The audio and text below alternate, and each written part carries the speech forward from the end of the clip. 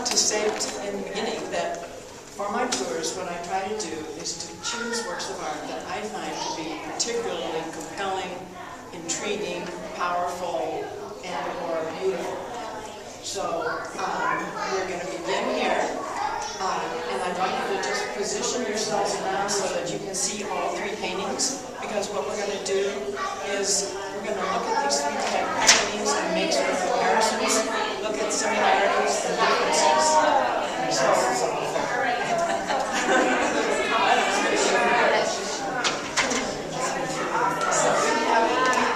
We have three paintings here, one by Robert Gaynor and Ken Carlson.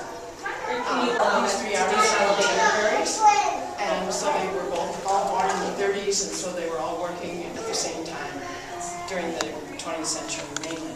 So now, what I'd like you to do is this. What I want to do today is I want us to slow down and look carefully and critically at these three works of art. The studies say that most people who go through a museum will only spend 30 seconds or maybe less looking at any one work of art.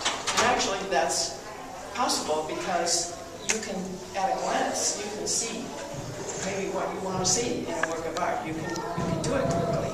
But if we really want to understand and appreciate the works of art, we need to slow down and look together and share the process of looking at art more critically. So, first, what I want to ask you is, I'm going to ask you a bunch of questions. You're going to have to be part of this. So, I want to ask you, in these three paintings first, let's look at the similarities. How are these paintings similar to each other? Single motif. All right. Okay. One animal in the painting. Okay, there are lots of others. The predators, okay. None of the animals or creatures are looking at us. Okay, good. That's true. Although you'd think that maybe he is, he's not. All right, and anything else?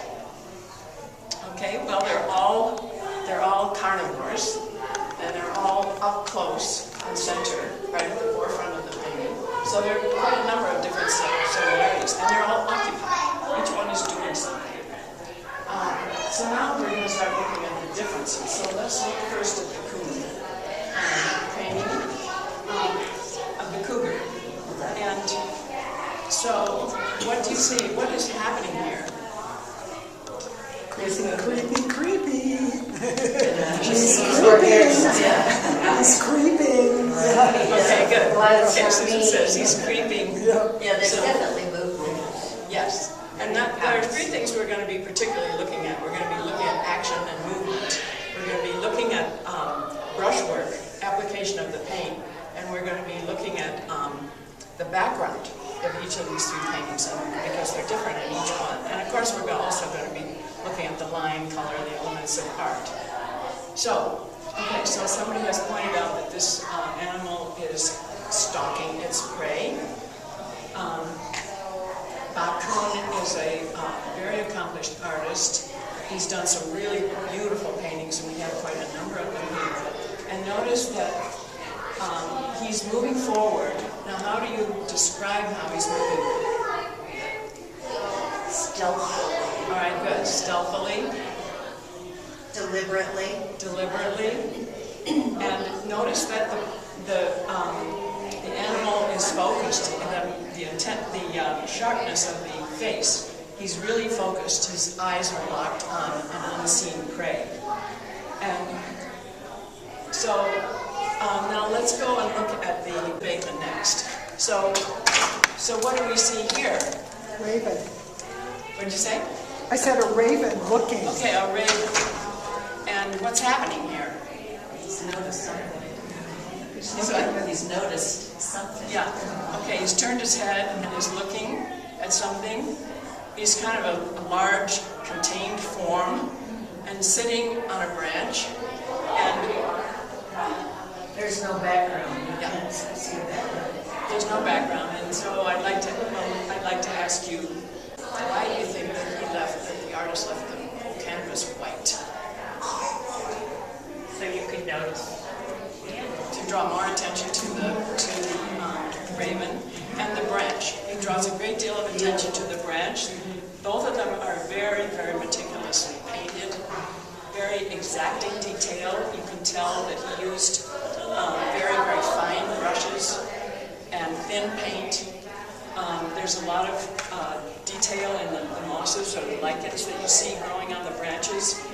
And there's a distinct difference in the shapes of the raven, which is very contained and very sharp outlines, whereas the branch is twisted and curving and has a lot of little vegetation growing on it. But what does it do then to have the rest of it blank? What does that mean to you? Okay, that's a good answer. He's kind of turtle, maybe that's fog. So, well, I think what it does is it concentrates your attention on the shapes and the forms, on the composition. That's what you're looking at. And the branch forms these negative spaces that become part of the overall design. So I think that the artist here is very interested not just in the raven, not just in the animal, the bird that we're looking at, but also in his composition, his sense of design, which makes it a little bit more modern than the other two. In the case of the Carlson, what we see is a wolf, and his application of the paint is really quite different from the other two that we've already looked at. So if you're looking, if you can see from where you're standing, or you can come up a little bit closer, but you'll see that unlike the cougar and the raven, he has applied the paint very rapidly and with a fully loaded brush of thick paint, thick glossy paint, so that there's a great deal of interest and energy just in the brushwork itself. And it brings a great deal of energy to the wolf. Notice how thick and lush his coat is. Notice how he comes forward and his nose looks like it's just projecting, almost projecting right out of the painting. And in the background, it's all very abstract. But if you look closely at the colors, maybe you can get a sense of what the artist was trying to show us in the background. Does anybody have any ideas? Trees, Okay. Some kind of foliage. possibly some rocks in there. Okay. So he's in a, it looks like there are trees and rocks in the background because of the colors of the paint that he used. But the other thing is that where is the background? I mean, compared to the other two, where is it? This is the playroom. I can't hear you. Pretty far back, I think. Actually, does anybody else have an idea? Would anyone else like to comment on the background? It's suggestive of where he might live. Okay, good. Yes. And he seems to be emerging possibly from a forest and maybe but it's up close. You see there, you feel that this wolf is pretty close to us. Oh, yeah. And there isn't any escape route. I mean, the background is right there. We're sort of cornered It's like out in the open. by it being so, yeah. You know, it's interesting to think about it. There's no depth to the background, whereas with your first two pictures, you had some perspective. Even Bateman's, you can see that branch sort of stretching into the distance. Yes. But this is a very flat background. To me, it almost suggests a time of day, like twilight. And you do feel threatened. I mean, you're right in his path. In your Yes. face. You are. But he's not looking at us No. directly. So in each of these three paintings, I think that the artist had a different conception of what he wanted to convey. And in the case of the wolf, he gives you a sense of being threatened,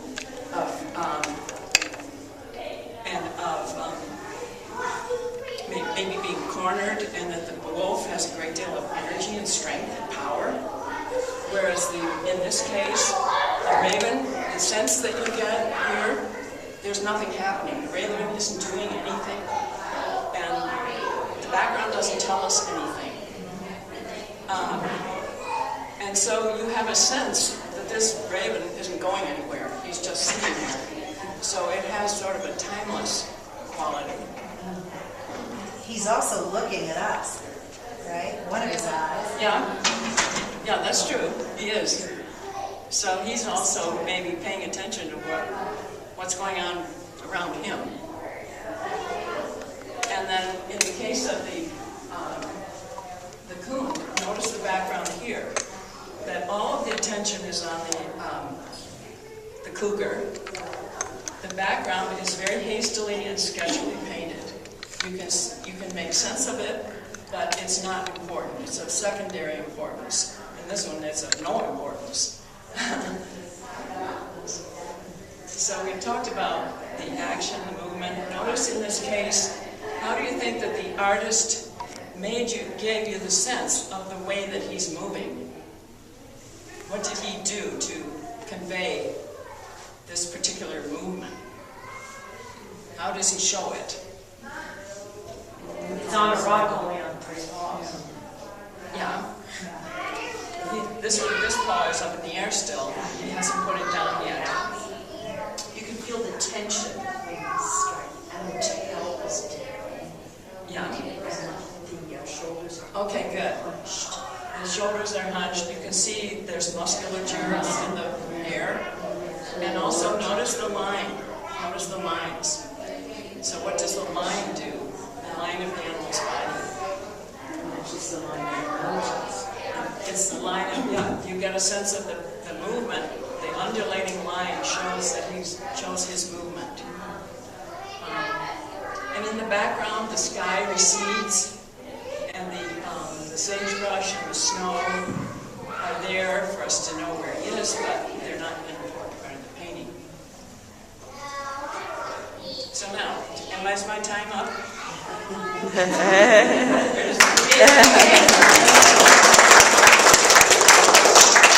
And this technique that I was using isn't something that you can use all through the museum. You'll find that most of the works of art stand alone. They speak for themselves, and you don't necessarily want to make comparisons. But there are other places in the museum where you can do this. You can stop. And I think that by making the comparisons, you get to understand each one better than you would if you just looked at one of them. So I'm going to go, as we go into the JKM gallery, I'll show you another 2 paintings that work together, like these 2. 3 paintings. I thought to myself that these 2 paintings could be compared. And so you can do the same thing and talk about what's happening here, the brush strokes, the background, the application of the paint, and the movement. That if you think about these 2 paintings, you'll be able to come up with some pretty interesting comparisons. So what I was going to do this morning is trying to read your tour group, and sometimes you have to change what you thought you were going to do to, depending on the on the tour group. So when I do my introduction, I will often say to them, when did you arrive, and where are you from, and where have you been, and that kind of thing. And so I can tell if it's the last day. If it's the first day, they got here last night, they're all enthused about, if it's the last day, it's like, I have to make my flights at 2 o'clock, and I'm tired of being with these people. So I'm going to try to show, like, if it is that last day, what it is that you can do to use some strategies and techniques to keep it light and upbeat. So I'm conscious of kind of where they are. And so this is one of the paintings that I always bring them to. It always brings a smile to people's face. William Holbrook Beard. And it is So You Want to Get Married, eh? And it's he was an artist, a character that always liked to satirically portray animals as people. And he would love to make fun of businessmen, politicians, scientists. And so he would display that in his paintings. And this whimsical piece, Bear is acting like people, and he's asking for permission to marry, and that's either the father or the elder in the village, and then someone's hiding behind the tree. And what do you think? Who could that be? Mom? The jilted boyfriend? A little brother? I mean, it's interesting to see who that person is, and his reputation was, which I found very interesting when I went on the internet and looked up much more about this artist, that he was the one that depicted the bulls and bears of Wall Street. And so he was making fun all along of politicians and business people, and so he often has paintings that are the bulls and the bears, and they're on Wall Street in New York City. And so there are times when the bears are dancing, and they had a good day, and then the bears, they're stomping, so they take on this new life. So he actually painted all kinds of animals, but his favorite were the bears.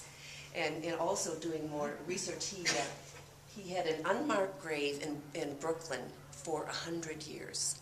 And in 2002, the name of the sculptor was Ostermiller, and Dan Ostermiller, and he decided to erect a headstone, and he's got a bronze bear on top of the headstone, finally, after 100 years. So it's interesting when the internet is amazing now that you can go on and do much more research on some of these artists and see what else that they did in their lives. And he actually was from a family of artists. His brother was an artist, and he actually also studied with famed Albert Bierstadt, and he went to Europe, and he also came out to the West. He actually wasn't that impressed with the West, he said in an interview, but that he enjoyed painting the animals and pretending that they were city animals in some ways by depicting them satirically. Yes. Miller is the artist who did that ram outside on the sculpture trail with the... Oh, I didn't know that. Okay, Yeah. good to know. I knew that name, but I wasn't sure. I can't think of the where he name of was. the sculpture right now. Maybe somebody Emperor? else. Emperor. Thank you. Emperor, okay. Oh, good. Yeah. You tried to say anthropomorphism. I do. Once I've I tried to say messed that up a few times, I always then sometimes, yeah. anthropomorphic. Yes, I try. Excellent. Yeah, we have, Thanks. yeah, Anybody? if you want to head to the Okay, and next then we one. were going to go to the Donna Howell Sickles. Perfect. Okay.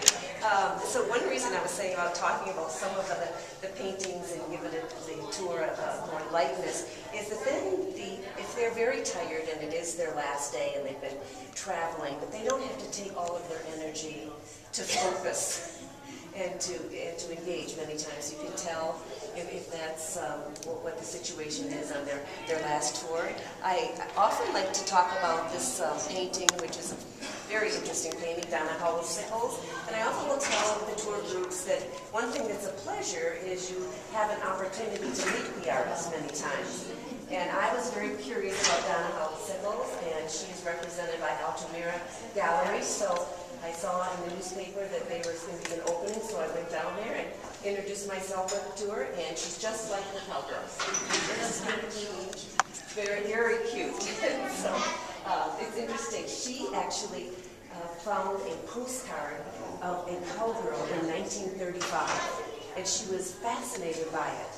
And she found that showed the spirit and the courage of that cowgirl and the energy that they had.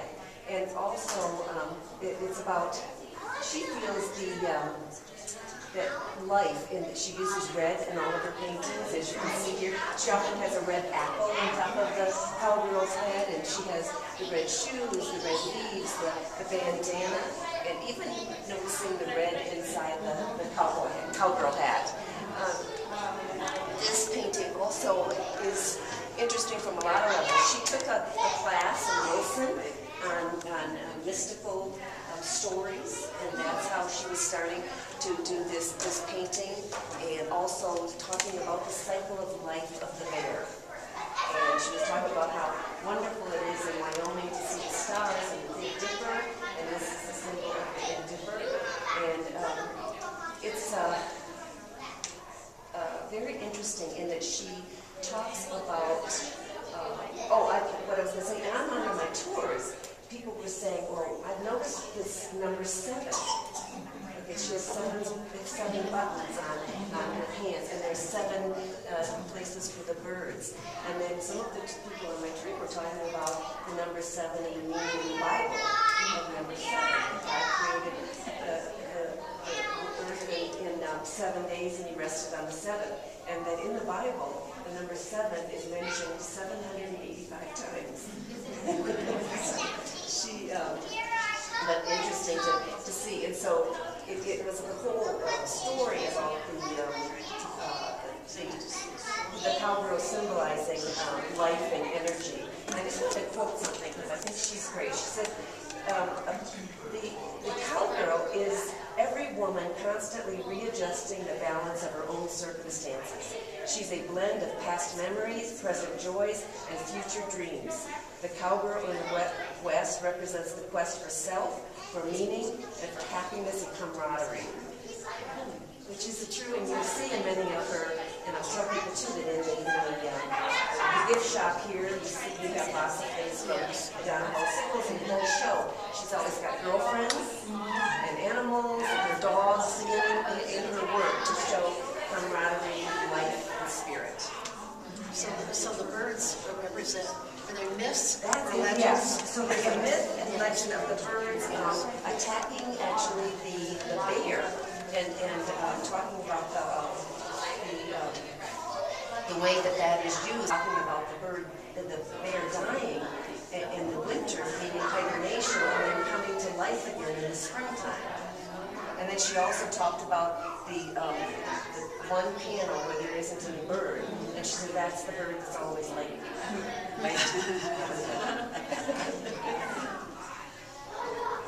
Did she say why she always has red?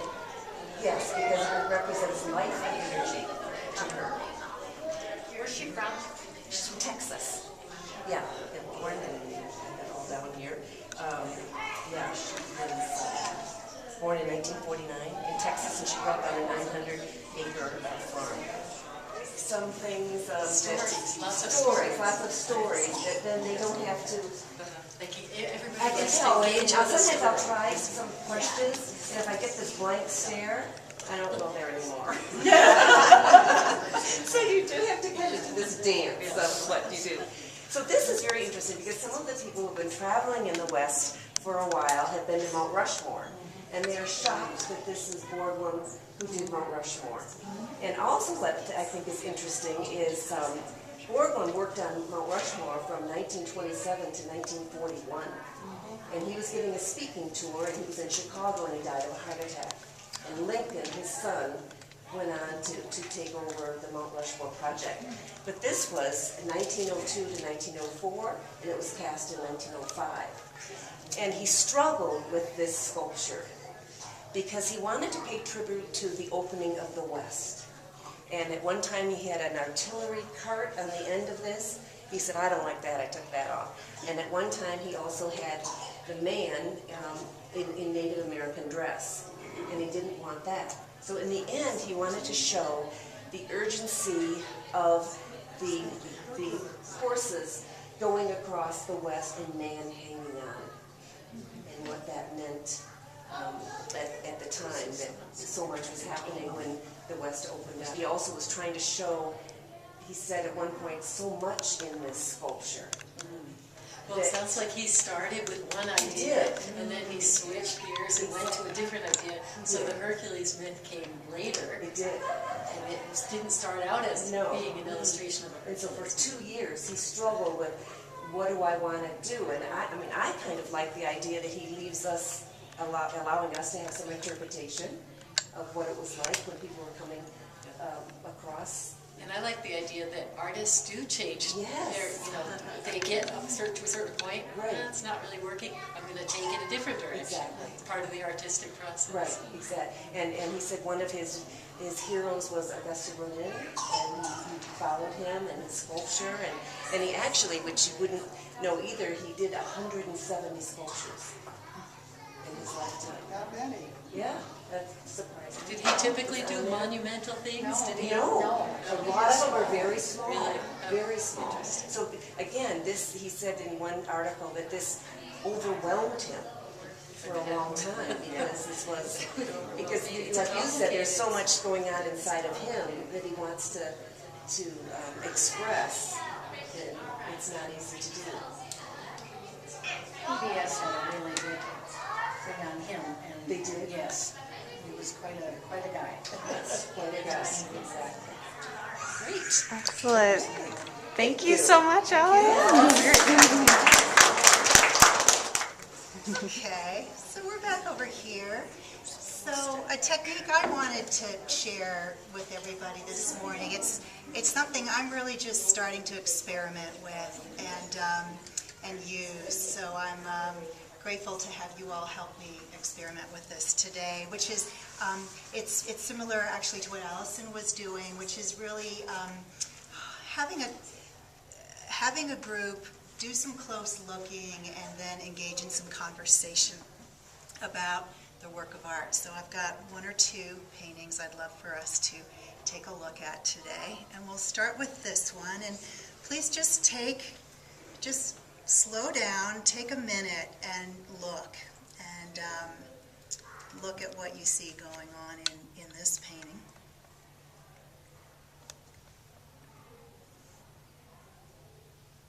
Pretend you're a visitor, not a volunteer or a docent. Pretend you're a visitor to the museum.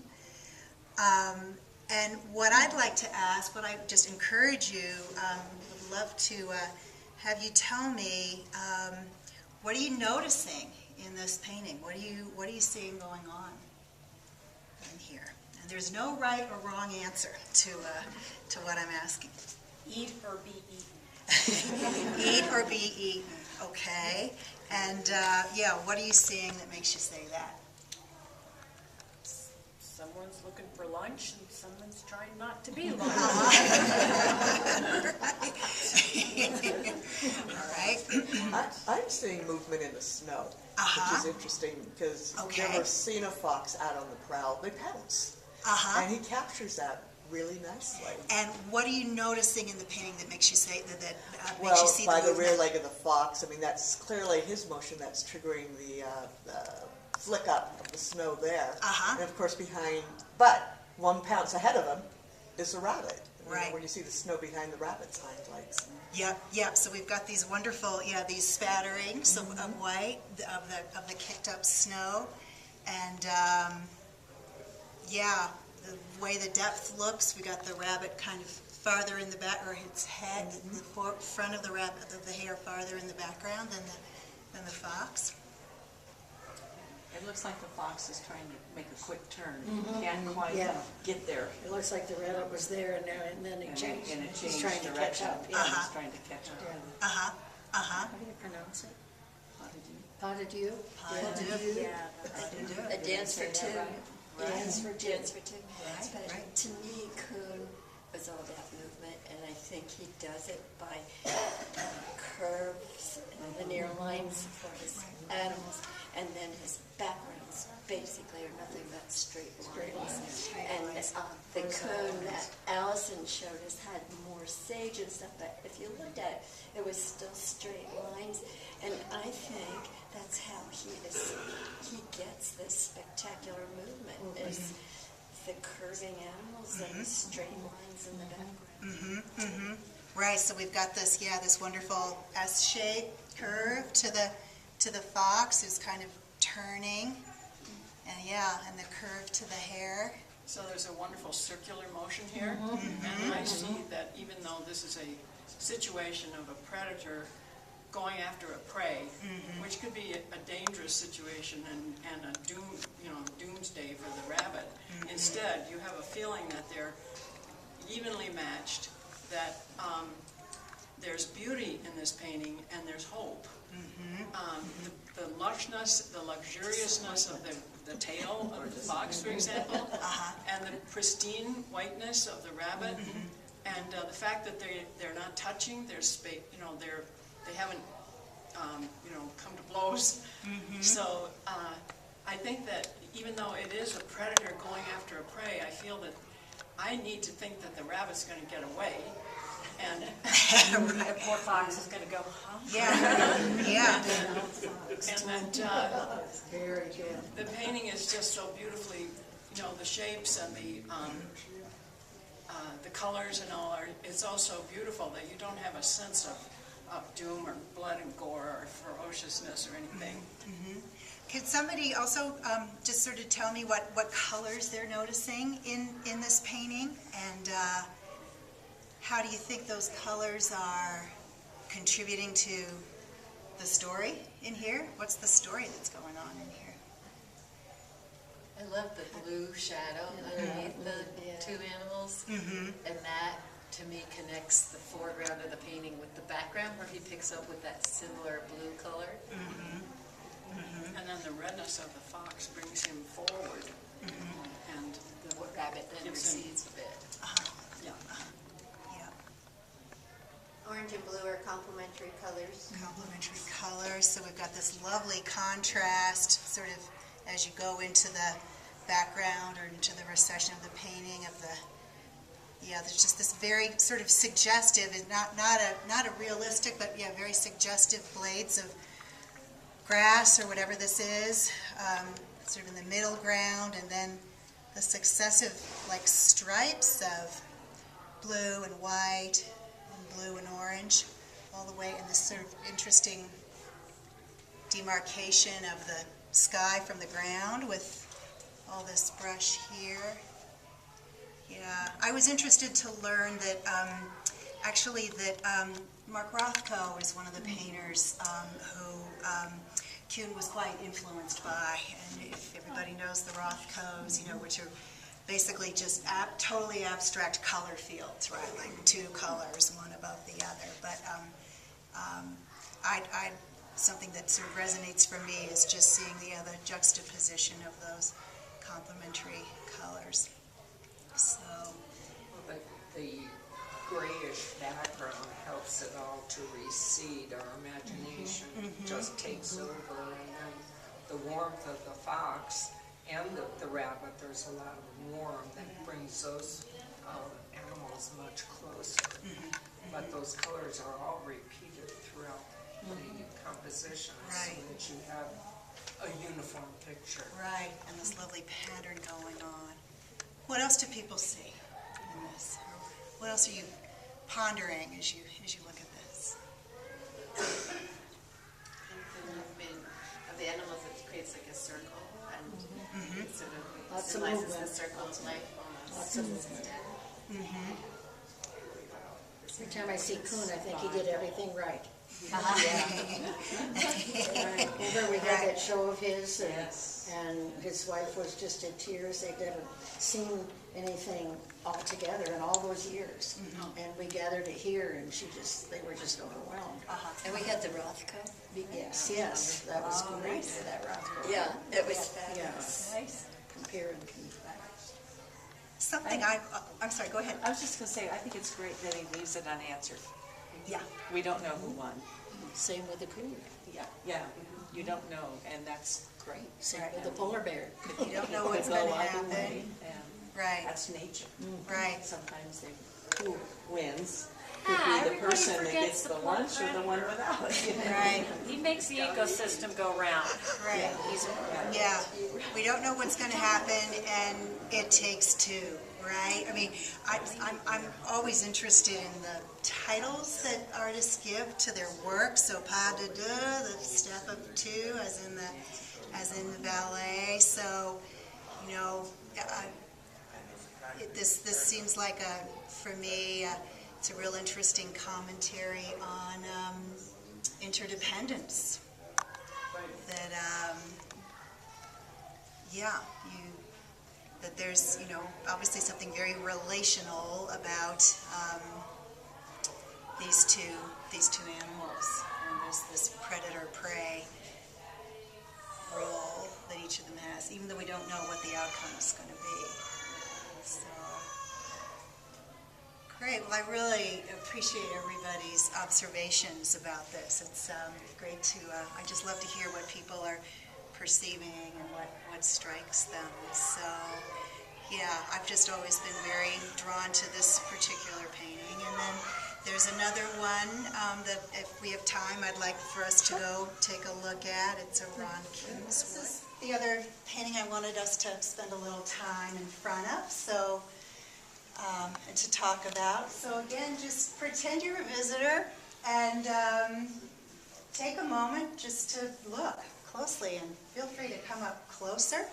Go ahead, try standing close and try standing farther back, because those can be two different experiences actually. You can see different things when you're close and when you're farther away. I can't.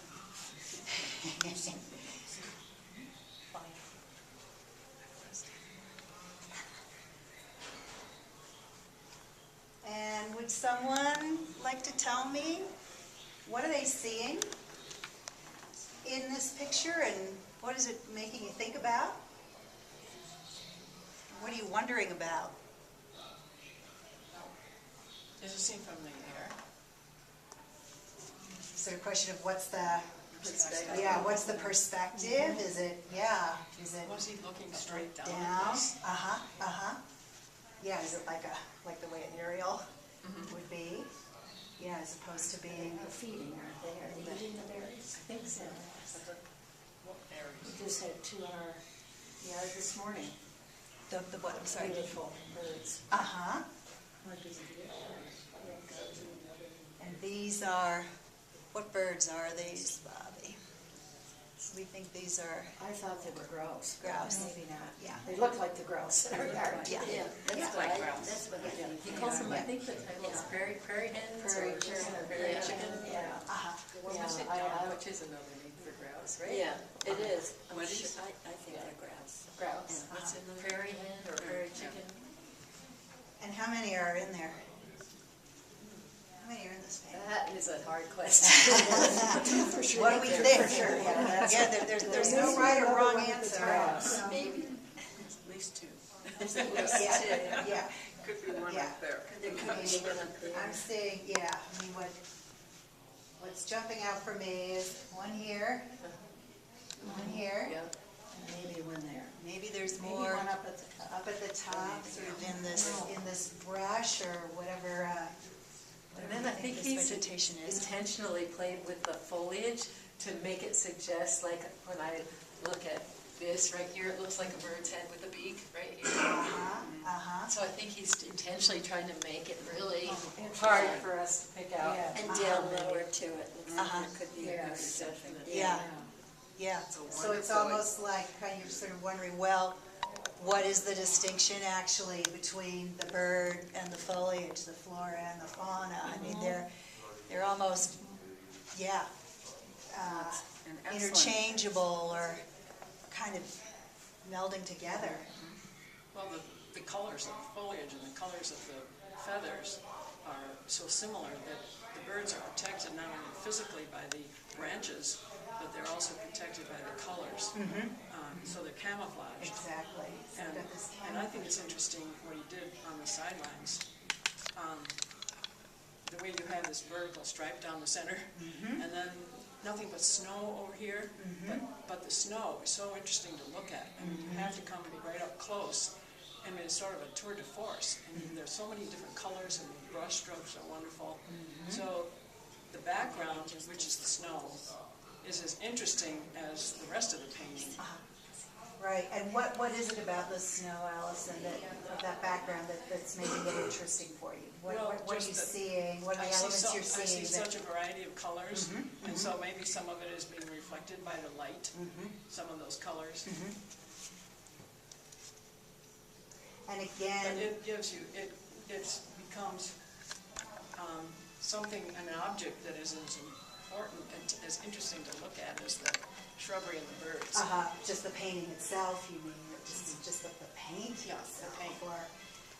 In a way, I mean, there's sort of a little bit of similarity with the pas de deux we just looked at when we had the contrasting blue and orange color bands, and now here, well, of course, those were horizontal, now we're going vertical, and we've got this cool, well, predominantly blues, but a lot of other shades in the snow, and then demarcated right down the middle with the reds and browns of the foliage and the birds.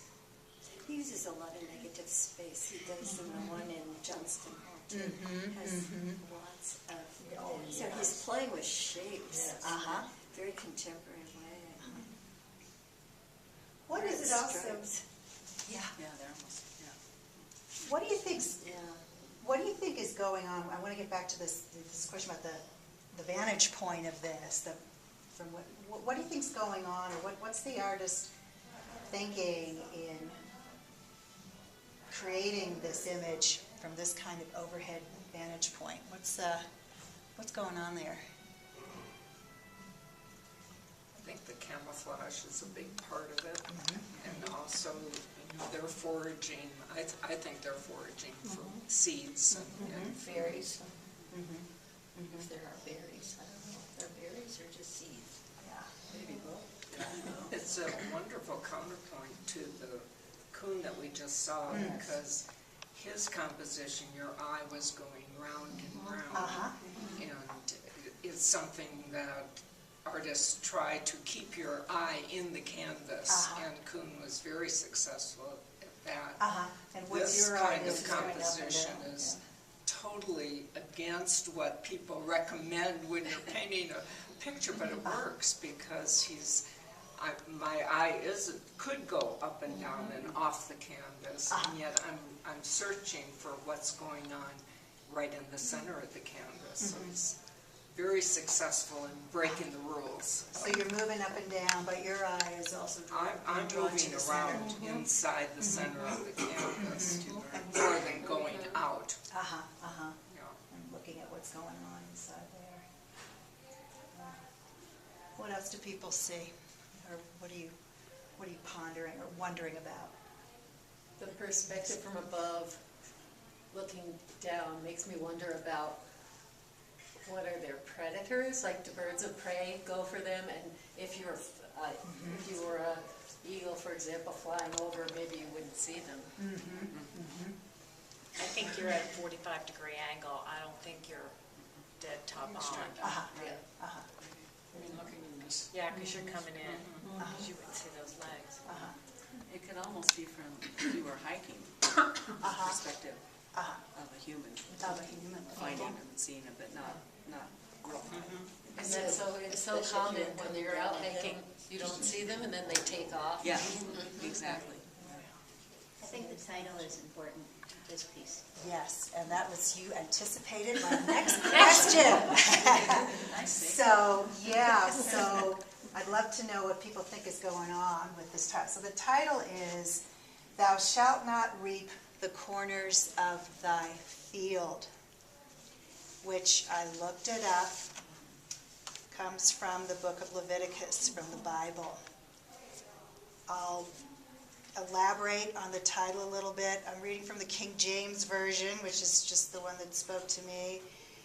"And when you reap the harvest of your land, you shall not wholly reap the corners of your field, neither shall you gather the gleanings of your harvest," which I've been led to understand is kind of a way of saying, when you're harvesting, don't harvest and take it all, but leave some for the needy and the stranger. Is that sort of what you think about, Bronwyn, with this? Sort of, but then I go into the giant agribusiness. I go straight there. Because we do that when we're doing that kind of agriculture, and there's no place for wildlife anymore in the way that we farm. So All the way to the corner. Right. So I go straight there. Right. Yeah. I'll share a personal story. My husband grew up on a dairy farm, and when his parents were mowing, he, from a very early age, loved birds, and he asked his dad not to mow everything down, but to leave something like that for the birds. There we are. And so back to your thing, that to try to destroy all of it, you're messing up the ecosystem for some of the wildlife. Right.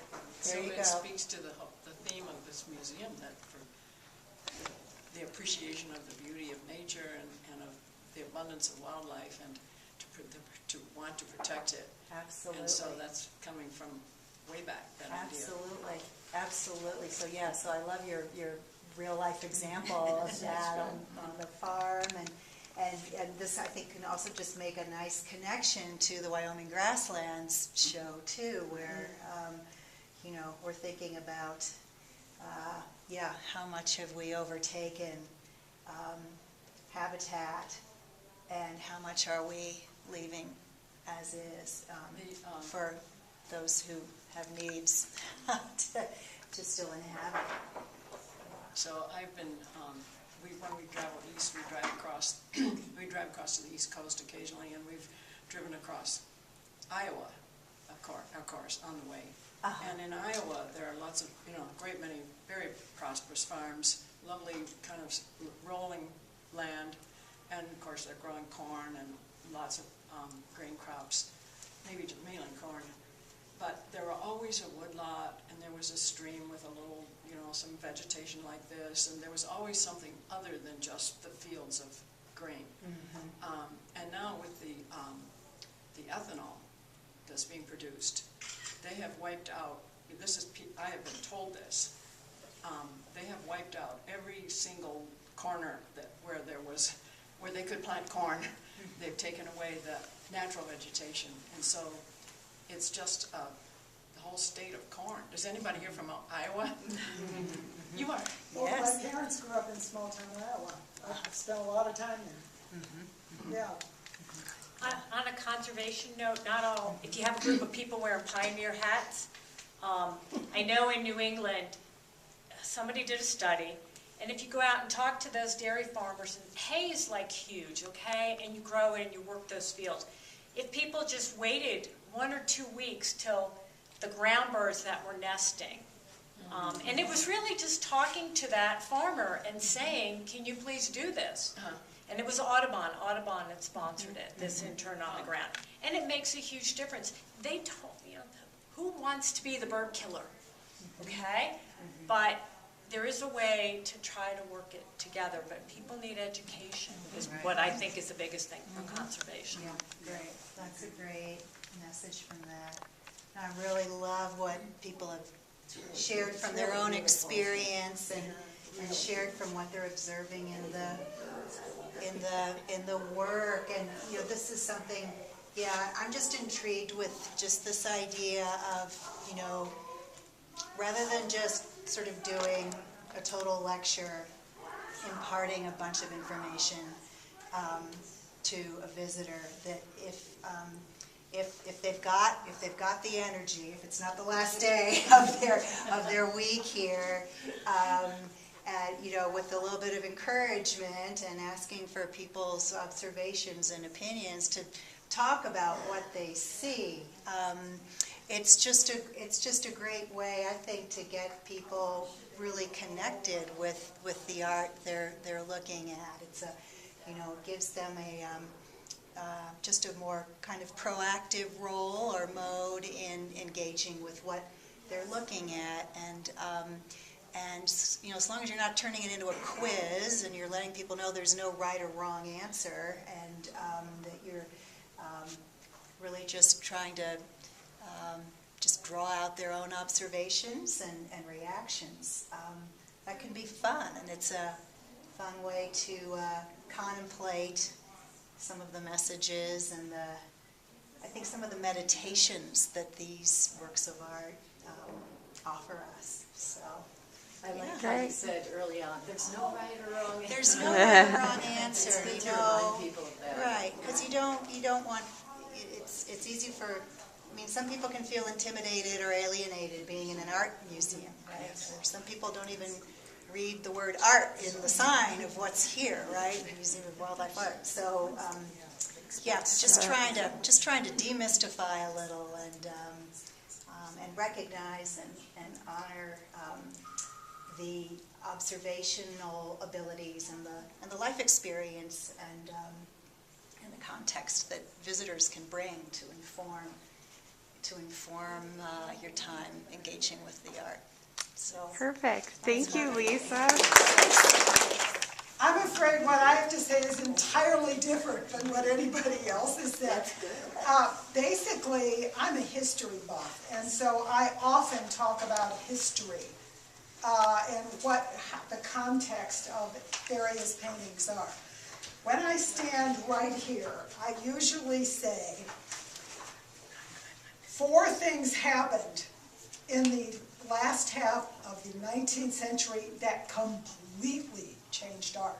Completely changed art. Before that, 1, the colors were pretty much all the same from the Renaissance on. Not much variation in colors. 2nd, if you went outside, you probably were doing an academic sketch that usually included architecture. There wasn't much sketching and things going on outside. Okay. And the styles seem to be, since everybody mixed their own paints, they would only mix a couple or 3 colors at once. So they would say, okay, I've made the blue, I'm going to do the sky, or I made the red, and I've got to paint her dress red, you know. So they would do it, and they would work on a section, very much of the painting. Okay, what happened? First, transportation. We got railroads, we got steamships. Didn't take you a year to go from one place to another, so artists could travel. Second thing, chemistry. Chemists developed new paints that were wonderful, were stable, always the same color. For example, chrome yellow, emerald green. 2 colors that came. Okay, so we developed that. Third thing, tubes. Kip McMullen and I spent a lot of time talking about this at one point, and he actually, I have to give him the credit for finding the research of, there was a man named John, I always forget his last name, Rand. He was an American artist, portrait artist living in London. And he invented a tin tube with a screw top. Now, the French immediately sort of said, not so much. It really adds to the price of the paint if I have to get my paint in a tube. Before, they had been using pig bladders and putting the paint in that, and if you wanted some, you made a little hole in it and squeeze. But guess what? They burst, they were hard to carry, they leaked, you know, not good. So he invented this, and I said the French were, you know, it's too expensive. But they suddenly say, you know what? We can just use a little teeny smidge of this and a smidge of that. And, you know, we don't waste paint. It doesn't dry up. So eventually they did accept it as a way of painting. So guess what people could do? Go outside. Natural light, who knew? How good that would be. So they can go outside and paint. And they developed a whole new technique. Many of the Impressionists, for example, in addition to plein air painters and everyone else who went outside, wanted to paint the whole thing at once. They go, oh, I've got a little bit of yellow here, here, there, a little down here. And they thought if you did the whole painting at once, that somehow it was more fresh and spontaneous. It really worked for them. Renoir said, if it wasn't for paint in tubes, there would be no Impressionists. So they went out, they got, they learned, it completely changed everything they did. Well, our 4 founding fathers of contemporary wildlife art, guess what? They all benefited from this. So you've got Friesa saying, God, I'm out here in Spitsbergen, how do I paint ice and snow? You know, they weren't outside before, so he had to be, was one of the artists that had to figure out, well, gosh, snow's kind of cold and blue, and, you know, bears are a little warmer and yellow. I mean, they really had to do that. And they did oil sketches. Now, I always say, when you look at Cooner, you don't say, oh, God, I've got to finish because the fire's coming. That's not the way he painted. And, you know, he probably did a bunch. He made 2 trips to Africa and 1 to Asia. And he probably had a lot of really good oil sketches. We know that Runkus did because we have some of his oil sketches. So, you know, that's the way they did it. So, as these people made these sketches and got the colors right, and got the gestures of the wild animals, which are different than gestures in zoos, you know, they really improved. And of course, there were other reasons why people wanted wildlife painting then, because there was less wildlife, and it was a little more exotic to have. So I stop and talk about the history here. Now, the other thing I want to talk about is the UTech, because I know what it's all about.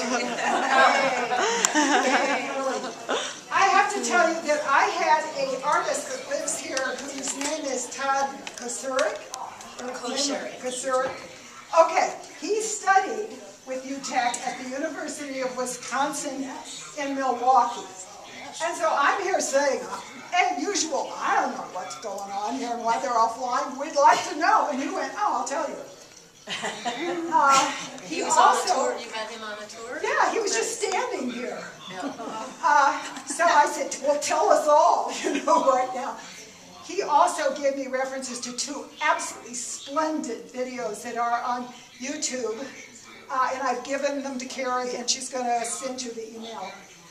And there's a book, which you say maybe is in our library. It is in the library. Okay. He grew up in northern Wisconsin. He was a real backwoodsy kind of guy. His family were backwoodsy kind of people. He was also a birder, and that's why all these birds are identifiable. We know what everyone is. I brought a friend who's a birder one day, and she just went, you know, named them. Okay. He basically paints the duality or the collapsing of time. His works are allegories of the forest. And they don't mean to represent a specific one so much as it is to get you interested in nature and out into nature. So he has collapsed time in this painting. It is dawn or dusk. This is a lake probably in Ontario because he mostly painted in Ontario. He's painted some in Minnesota and Wisconsin too, but he mostly likes Ontario. And that's why the name of this, Andashian, and a bunch of his other paintings came from an Indian dictionary from Ontario from 1850. And probably Ojibwa. Most of his friends are Ojibwa. And as you all may or may not know, Andashian means myself and all my family, or myself and all who belong to me. Okay, now, all of his paintings, all of them have predators. If you look at those movies, you'll see there's lots of bears, the cutest bears. They're just little bears. And sometimes lynxes and sometimes others. We have wolves. We have 5 wolves here. And this owl, who is not flying, meant to represent predator birds. I mean, and they're flying squirrels and whatnot too. Okay. Not only has he made this sort of a stylized, we don't know if it's morning or evening, it's migration. He has collapsed the whole season of migration into one painting. And that's why there are so many birds flying away. The whole migration is in one fell swoop. I mean, once you hear that, you sort of get it. Yeah. The reason why there are all the insects as well is that those insects, like dragonflies, only are out for 4 or so months. So it represents the fact that they're not here all the time, that they disappear too, although they technically don't migrate. That's why they're all there. So I think once you, and he had a lot of Indian friends, sometimes helped him make the frames up in Ontario. Once you get the migration has collapsed in time, then this is understandable. Up until then you're saying, well, you know, the kids would say, well, where are they going? Well, are they running from something? Are they running to something? Nobody knew. But if you understand the time thing, it really works. Anyway, that's the story. I hope that helped everybody. Thank you. Yeah. The idea is it's like sort of the cumulative all the different birds that have migrated over, whatever. Yeah, for 6 months or 4 months or They're all captured whatever. on this. They're all migrating in one time frame. He has collapsed time. You know?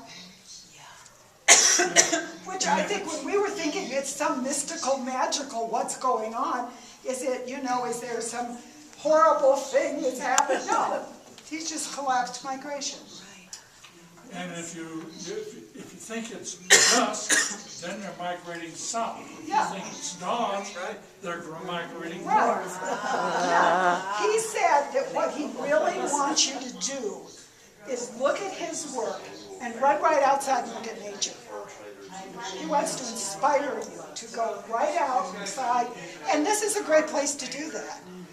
And I think he said that he is not religious, but he is a mystical, spiritual kind of feeling about nature.